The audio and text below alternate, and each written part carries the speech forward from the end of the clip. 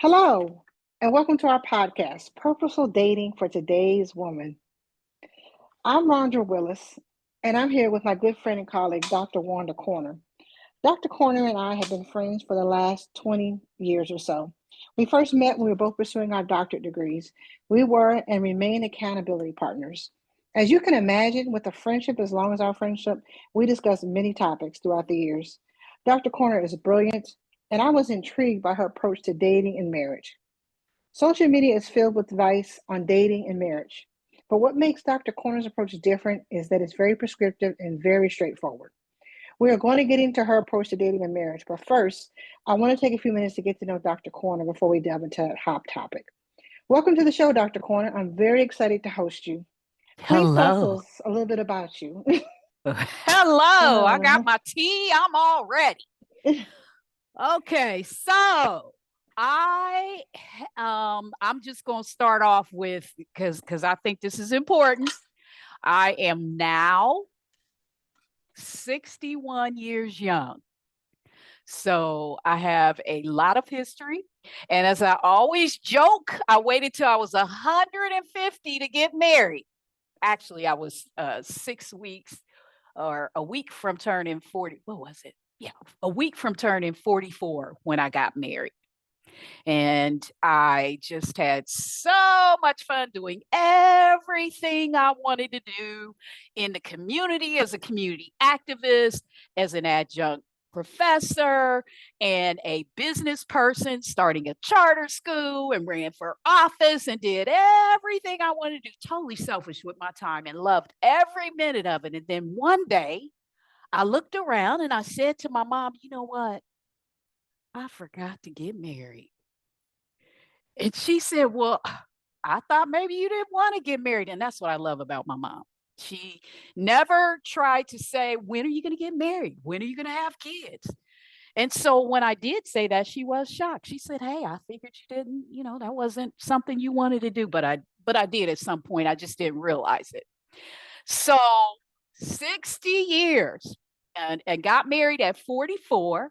While along the way, I was doing a lot of things. And one thing I want to say, especially about women, is we're so busy doing and doing and doing, which is great because it keeps us focused, that sometimes we forget about that other side of balance in our life. If you want a family, it's okay if you don't want any children or family.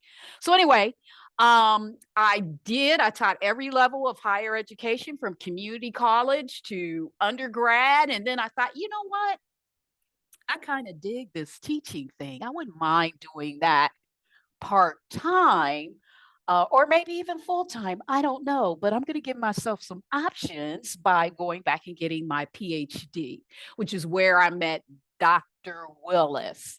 And so after finishing my PhD, I thought I wanted to teach full time. I did at a couple of universities, and I thought, you know what, that's really not for me. I like my life business model where I have my business full time and I teach part time. So where I am now is I'm still an adjunct professor, but I only work with doctoral students working on their dissertation. Now, why do I do that? Because I want to remain a scholar practitioner.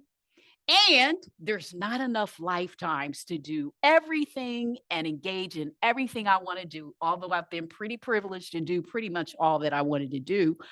But by teaching, it gives me an opportunity to pay it forward and also learn about other things that I don't have time to focus on completely. And that's a little bit about me. I'm married. I forgot that. Forgot to put that in there. I'm married. It's just my husband and I, and we live in Atlanta, Georgia. And so we have a pretty good time traveling and doing the things that we like to do. And that's me. Phew, Dr. Corner, I'm tired just listening to all that. You have been very, very, very busy.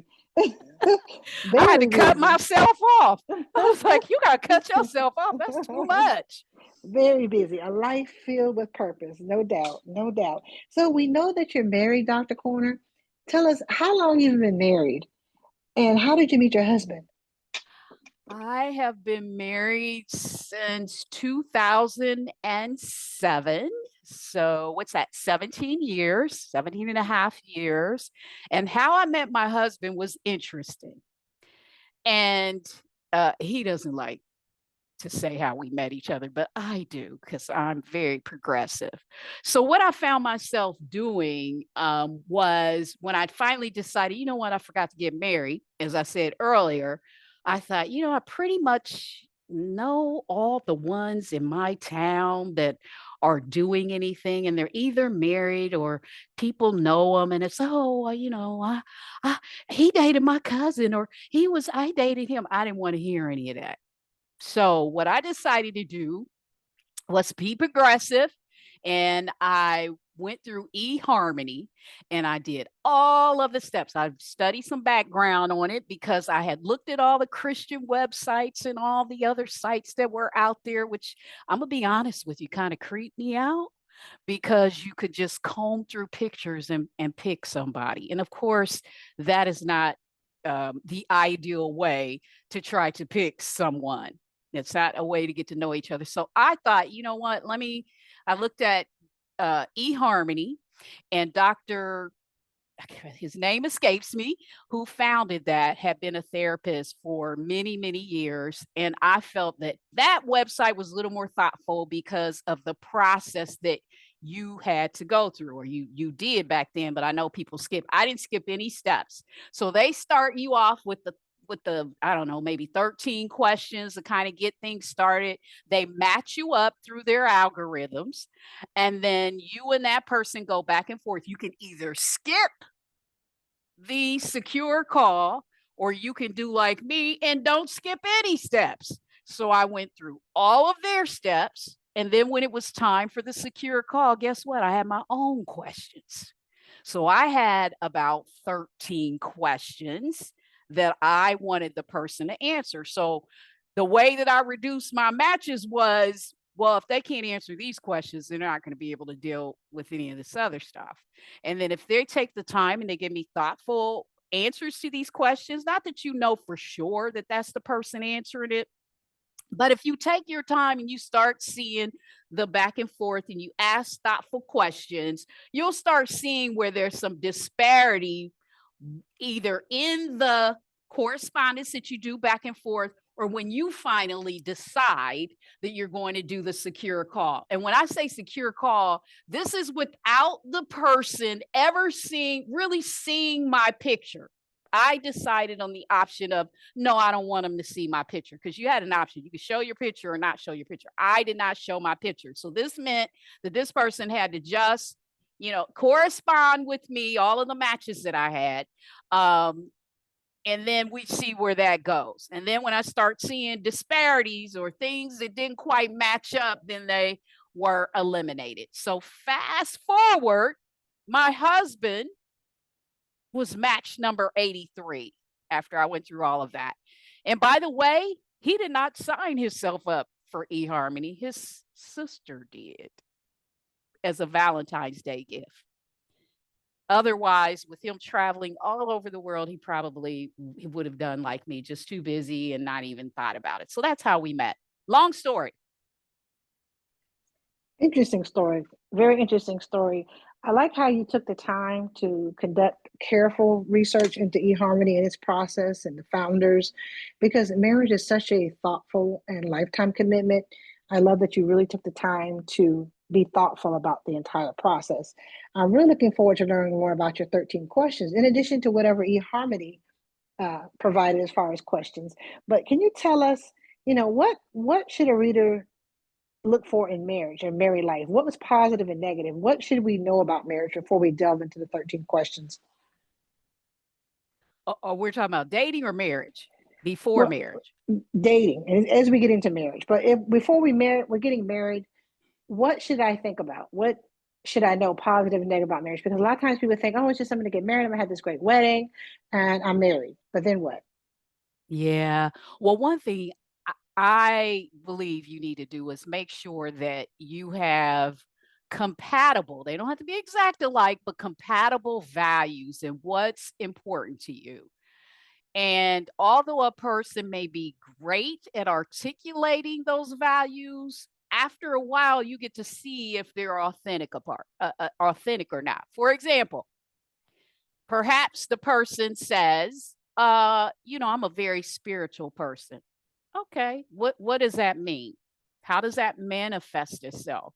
Does that mean you just pray every day or you go to church, or is spirituality a part of your being, period? What does that mean? How does it show up for you?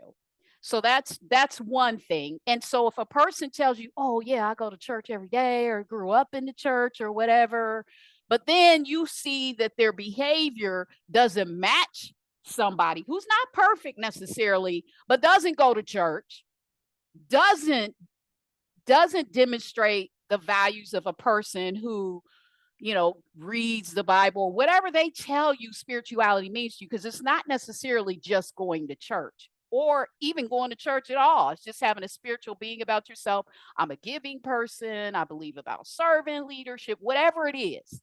I'd be asking that. That's one of the, I'd ask what their values are. That gets the conversation going. You get to really see if that person's had some self reflection. Speaking of self reflection, so I'm assuming if you're a person that's going to do that, that you have self-reflected on yourself, but ask them what are some things that they notice about themselves, since they've been dating.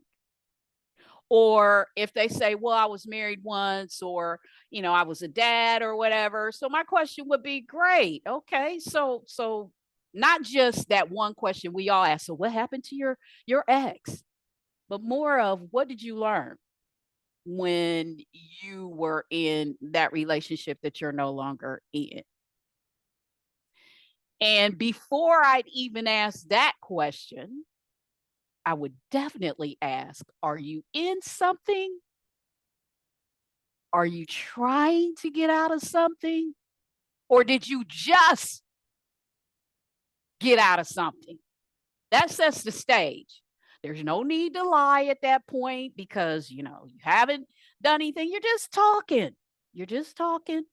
And even if you did something like I did on eHarmony, that's a great question to ask. Are you in something? You trying to get out of something, or did you just get out of something? And then if they say, oh, I just got out of something. Now you knowing yourself can decide, is that something I want to take a chance on? Or do I want to know a little more? And if I do, I ask the question, or if I say, nah, I ain't, to myself, no, I'm not in the mood for somebody who just got out of something. Let me keep it moving, because they're not in the same chapter that I am. So know what chapter you're in. Am I just dating, kind of feeling things out? Or am I looking for a future husband? Not that you have to, or a wife or whatever. Not that you have to say that up front because it's too early, but in your own mind, be honest with yourself. I am looking for somebody who wants a life partner, a partner for life, a marital partner. If you sit up here and say, well, I really, I just want to see where things going. That's a different track than looking for a marital partner. And we'll get a little bit more into that on what that is. If you're looking for a marital partner, there's some other questions you have to ask after you go through that. Are you in something? Yeah, in something. You just got something. Okay, so now we to move forward. And now that you're at if this person in your mind has earned the right to be in your life, and that maybe they have potential for maybe a husband material, these are the things that I'm looking for. First, reflect on yourself. Are you what you espouse that they need to be? So if you're a person that starts off with the cosmetics and says, hey, he needs to have a car, house, and a job, or a car, apartment, and a job. Do you have a car, house, and a job? Car, apartment, or and a job? Because if you don't have that, it's going to be a little more challenging to be able to expect that from them, unless you are with, man, it's like, oh, well, she just needs to be a trophy wife or whatever, which the professional woman usually is not. Okay. So I would ask values, and I would ask, are you in something, trying to get something, just got something? And then I would move on with car, job, house, all that stuff. You should did that up front. So really what you're doing is building up a case for yourself on whether this person gets to go forward to the next phase. Maybe you disqualify your own self because you're like, after I talk to them, I don't, that's not for me, or I can't meet those standards, or those values don't match mine, whatever it is, then I'm going to take a step back. And guess what? So if you're not, and I would recommend, this is left up to you, if you're not, if you're focused on conversation, guess what? There's no need for him to come to my house.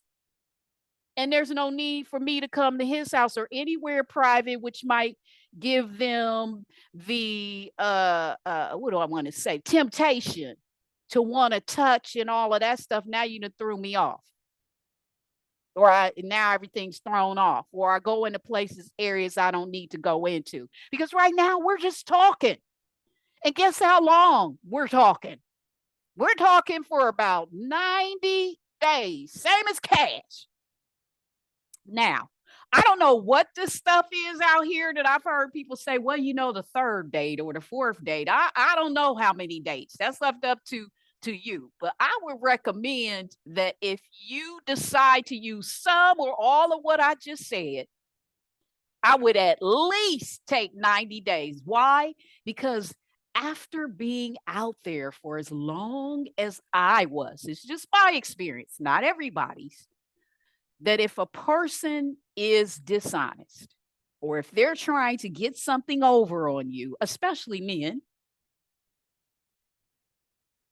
within the 90 days, about the 90 days, you start seeing some discrepancies in what they say versus what they do or who they are. Because people would, guys would ask me, older guys that not trying to date me or anything professional that I've known over the years, they would say, why aren't you married? My answer was, because people are not who they say they are. Rather than just putting the whole male race down, which isn't necessary, they knew what I meant. I just said people aren't who they say they are. I guess that could go for either gender, actually.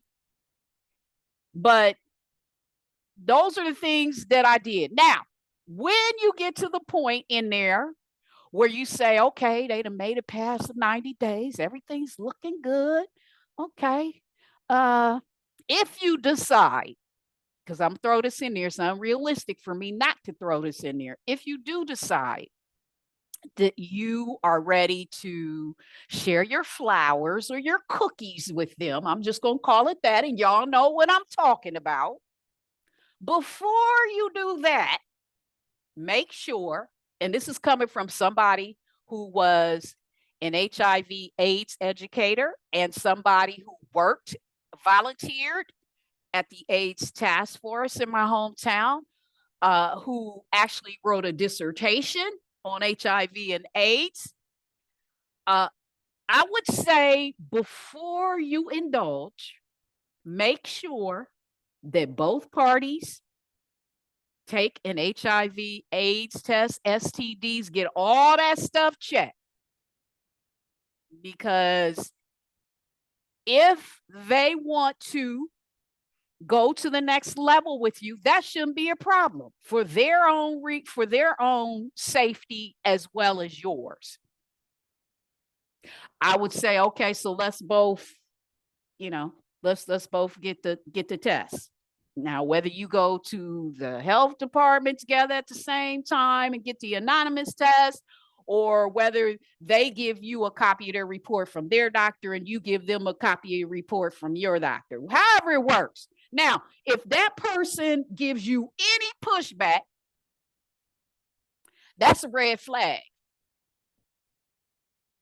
Why wouldn't you want to do that? Why wouldn't they want to do that for their own safety? Now, if you find out that they have some kind of whatever STD or whatever it is, then you can make a decision from there. That's just in all fairness. Both parties should do that.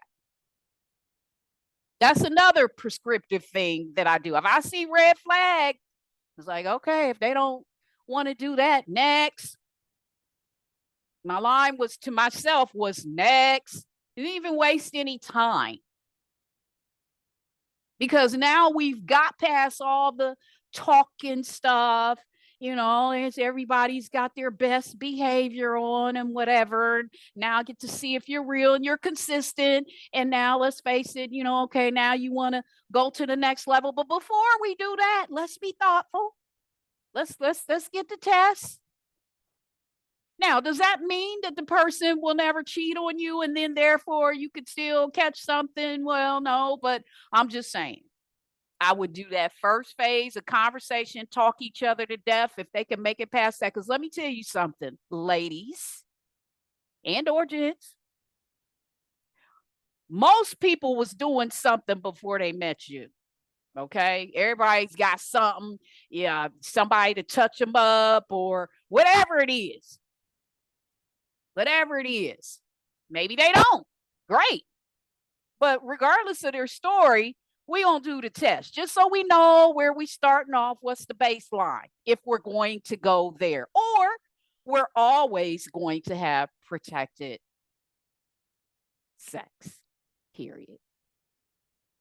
Now, so we went from the dating thing to, okay, this person made it to this level.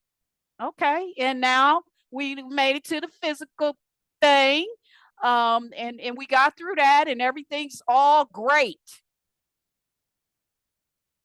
Now, this person asks you to marry them. Now, while I'm thinking about that,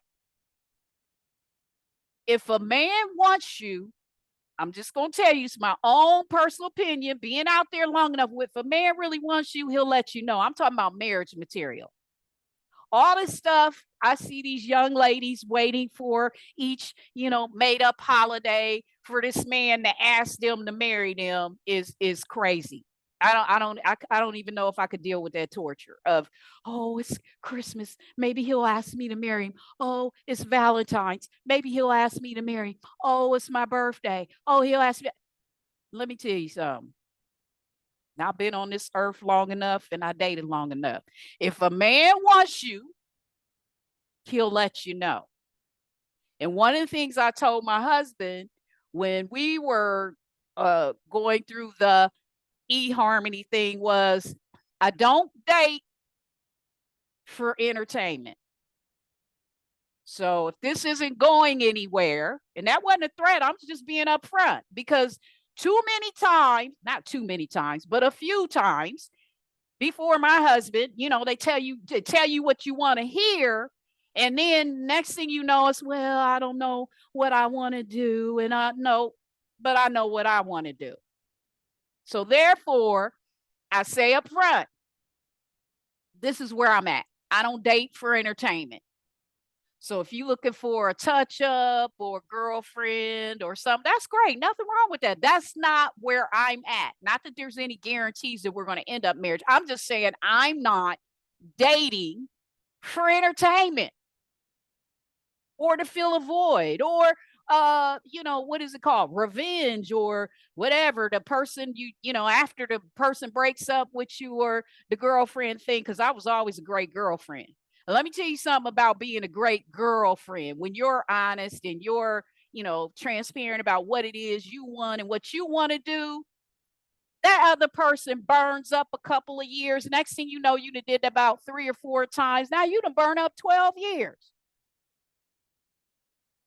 Fooling with somebody who keeps dragging stuff out, or you just keep waiting every year for Christmas or my birthday or a special day and all of that. If a man wants you, he'll let you know.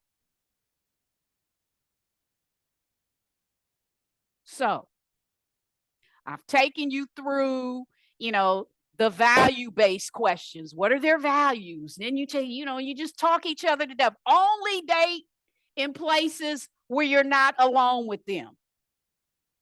There's lots of fun stuff you can do. You can go to the museum or the zoo. You can do a whole bunch of stuff. It don't have to be at their house or yours or someplace where you're all by yourself or and then the temptation, because you have to keep your mind straight. That is, if your goal is to have a solid partner in a monogamous relationship, or if you're being honest with yourself, if you're at that chapter in your life where you're like, look, I'm not dating for entertainment. If it's not husband material, next. A lot of men would be disqualified if we would start with our own personal value of self and being honest about who we are and working on ourselves.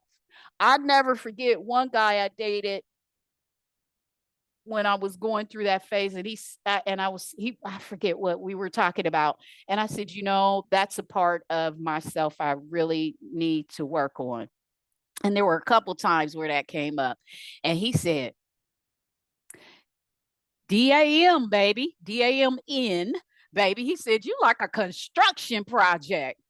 Now, some people would have been offended, but I wasn't. I said, you know what? I am like a construction project. And my goal is to self-reflect and work on the things that I need to work on so that I can become the best person that I can be. So that when I meet that person that I want to be with as my partner for the rest of my life, I can recognize it. Not because I've got a bunch of baggage and things on top of my back that I haven't worked through or haven't been honest about. Not to say that I'm perfect. I'm just saying I'm a work in progress, and I'm being very intentional about myself, my strengths, my weaknesses, and most of all, my value and my self-love and my relationship with my higher power on what I deserve, so that I can finish out my life and my purpose in doing the things that I need to do with him.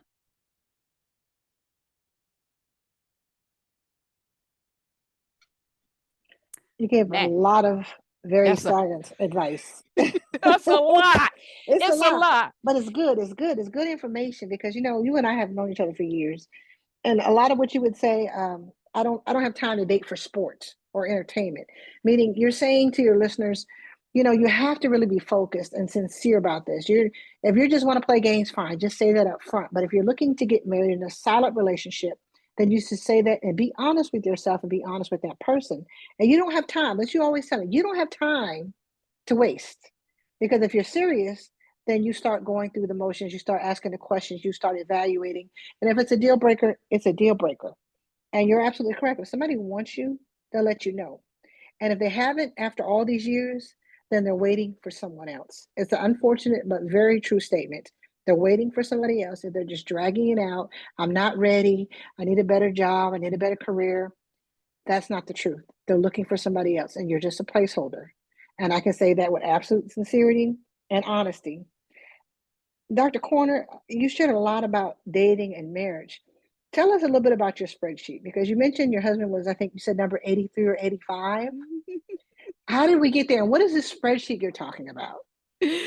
Well, the spreadsheet is really just more like a checklist that I had. Part of it is some of what I've already said. That conversation, I'm telling you, that communication up front, just taking the time to ask a lot of questions, and just seeing, based on not only just their answers, but their behavior, if there is continuity in what they say and what they do. Then as you move forward and you get to that serious stage, now you got to be more prescriptive. If I decide, hey, now I'm ready to get married, we passed communication stage, we even passed the physical stage. Now we're talking about combining our assets, combining our lives, combining for better, for worse, for richer, for poorer, sickness and health, all that stuff. If you take it seriously and I only want to do this one time, I'm not starting out like, well, if it don't work, then I'll just get divorced. No. If you are focused on that, there are some things you're going to have to be prescriptive about.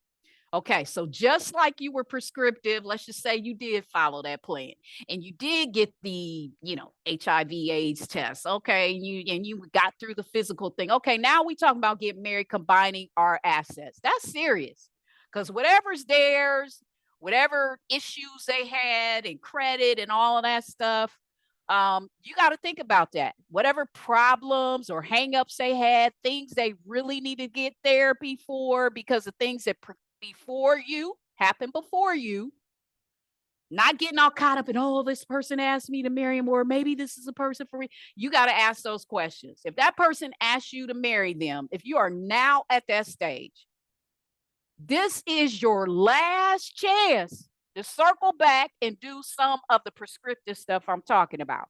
Number one, you need to get a credit bureau report, their credit bureau report, and then you got to show yours too.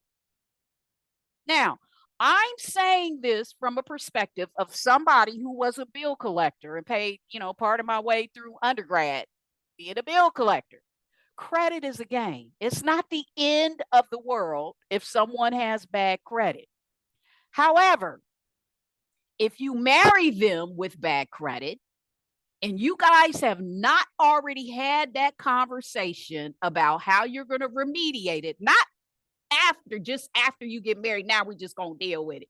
No, you need to have a plan before you marry them. Because if that person whose credit is injured is not willing to sit down and say, hey, babe, I know we're getting ready to get married and I know my credit history and your credit history is now intertwined.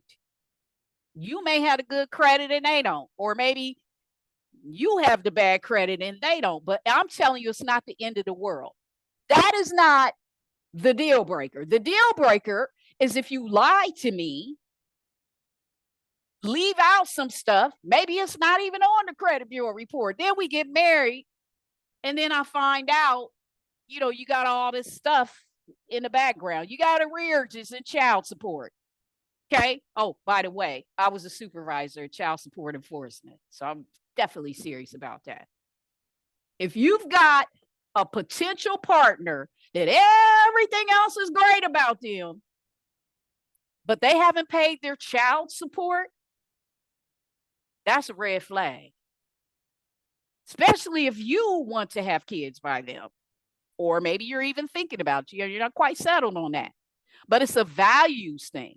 Because a man or a woman, because nowadays women pay child support too, that do not pay their child support, that's the type of value. What is that about? Short of them being sick or dying, if they're working a job, or even if they're not, they need to be figuring out a hustle or whatever to take care of their kids. Because guess what? That custodial parent that has custody of that child, regardless of whether that man or woman pays their child support, they still got to take care of that baby. They have to pay the child support. They have to deal with the emotional responsibilities and being present and all the things that there's not even enough money to pay for a mom or a dad who is the custodial parent. If they have shared custody, you need to know a little bit about that. Because if you don't have any children and they do, and they have shared custody, which, by the way, in my own personal opinion, is usually a hot mess because it mixes the kids up, you need to know that. So if it's 2 weeks with the one parent, but now we got them for 2 weeks. Well, now you know, since they say I have shared custody, say the man or woman says I have shared custody, now you got to think about, do we have the appropriate quarters in terms of where they live or where the two of you are thinking about living? Do you have the appropriate quarters to accommodate that so that the kids have some continuity when they come and visit you, even though it's back and forth? And they do, because kids get mixed up. And if they don't have the appropriate house, then we need to get another house. Unless for whatever reason, I get the house. And that's a challenge sometimes, because sometimes men or women look at you to be the answer. You're not the answer. The answer is the two of us. If we are going to join, your victories, defeats, challenges are mine. My victories, defeats, challenges are yours. So, Mr. Potential husband or wife, now that I know we have shared custody, what's the solution to that? Now that I know you have bad credit, what's the solution to that?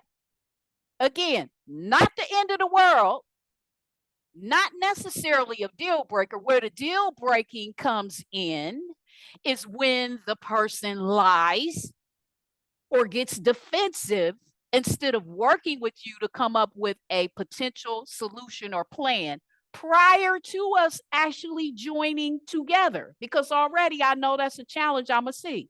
It's already challenging enough that when you marry somebody, no matter how shiny they look, how good they look, and they got all the credentials, once you marry them, you get to see everything.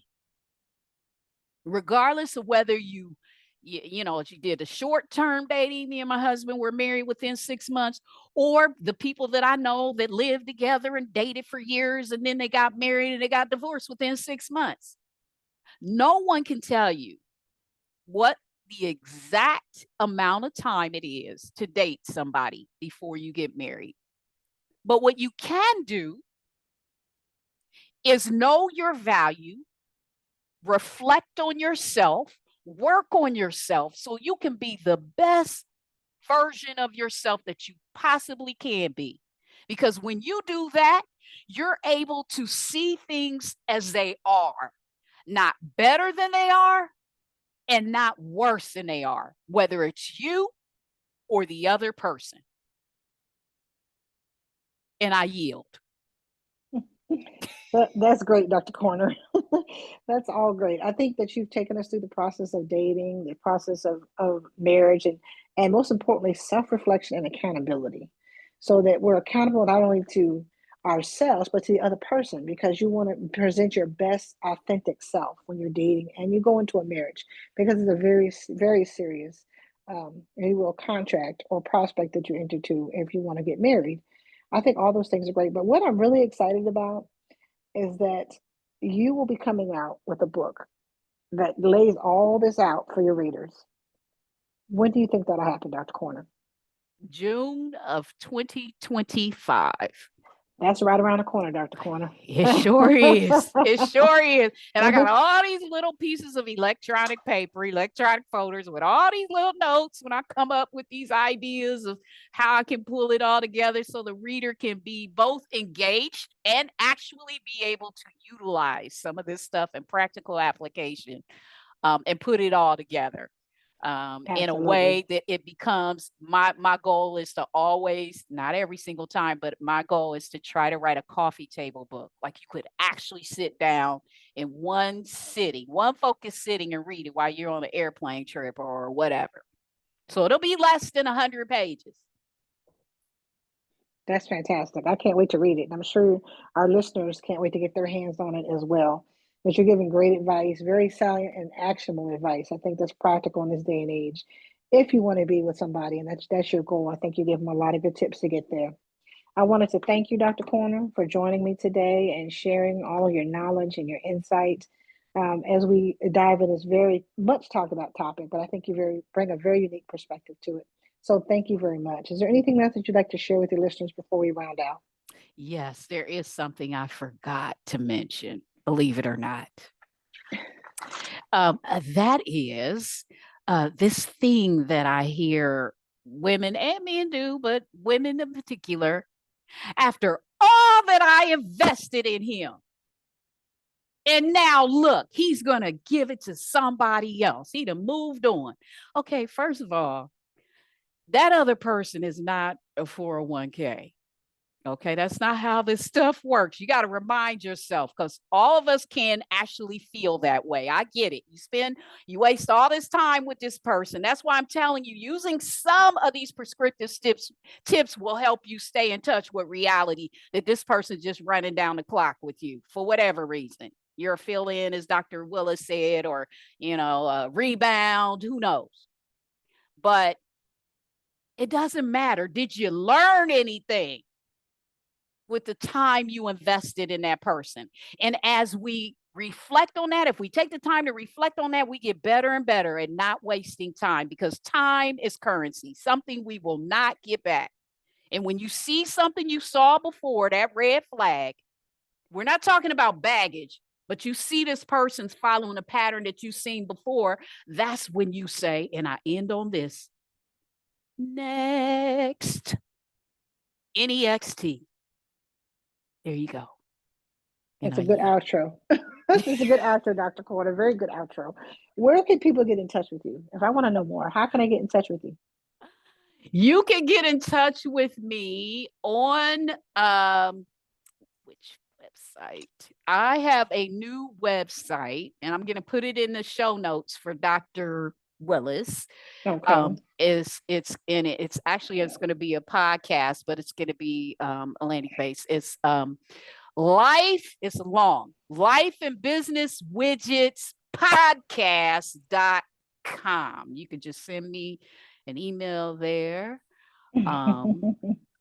Wanda at Life and Business Widgets Podcast.com. Awesome. Awesome. Thank you so much, Dr. Corner. We really appreciate you so much. Thank you so much. Thank you. And I look forward to having you on my podcast. That I'm looking forward to as well, Dr. Corner.